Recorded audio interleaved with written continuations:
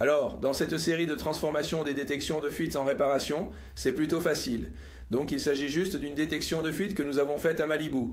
Nous allons vous montrer comment nous procédons. Nous faisons une inspection visuelle de l'équipement. Nous passons tout en revue. Nous écoutons tout. Nous avons entendu des cris à la lumière. Nous allons vous présenter ces sons. Nous nous sommes appuyés sur une caméra. Voyons cela. Ceci est la piscine complète. Ceci est la détection complète de fuite que nous avons réalisée. C'est à Malibu, en Californie. Nous avons fait un examen visuel de l'équipement. Nous marchons autour.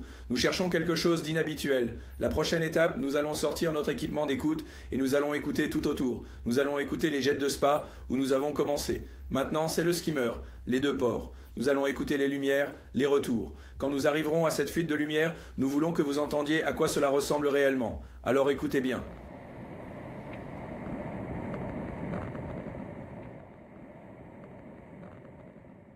Ce son que vous avez entendu était de l'eau qui s'écoulait rapidement à travers la fissure arrière dans le conduit de lumière.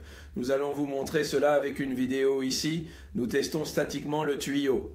Donc nous allons boucher les 4 et ensuite nous allons faire un test statique. Nous avons percé un trou là-dedans. Ça ne tire pas de colorant, ce qui nous indique que cette ligne ne fuit pas ou ne retourne pas à la piscine. Nous allons également tester statiquement les lignes arrière et nous allons tester statiquement essentiellement tout ce que nous pouvons. Après avoir entendu ce que nous avons fait, nous allons examiner cette lumière, mais nous allons regarder avec notre petit injecteur de colorant portatif. Donc nous allons le placer juste là où nous regardons et regarder pendant que nous injectons le colorant. Regardez le coin supérieur droit. Vous pouvez réellement voir le colorant s'écouler. Et vous pouvez voir la fissure quand nous l'ombrageons un peu. C'est là que le conduit s'est en fait cassé juste derrière la lumière elle-même. Vous voyez comment ce n'est pas attiré dans la lumière. C'est sur le côté où ça s'est fissuré.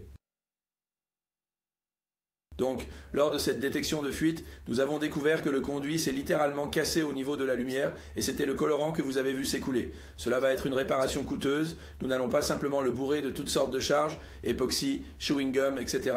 Nous allons réparer cela correctement, ce qui signifie que nous allons probablement devoir le creuser ou couper la niche pour l'atteindre. Si vous ne réparez pas correctement dès la première fois, vous allez lutter contre cette fuite pendant toute la durée de vie de cette piscine.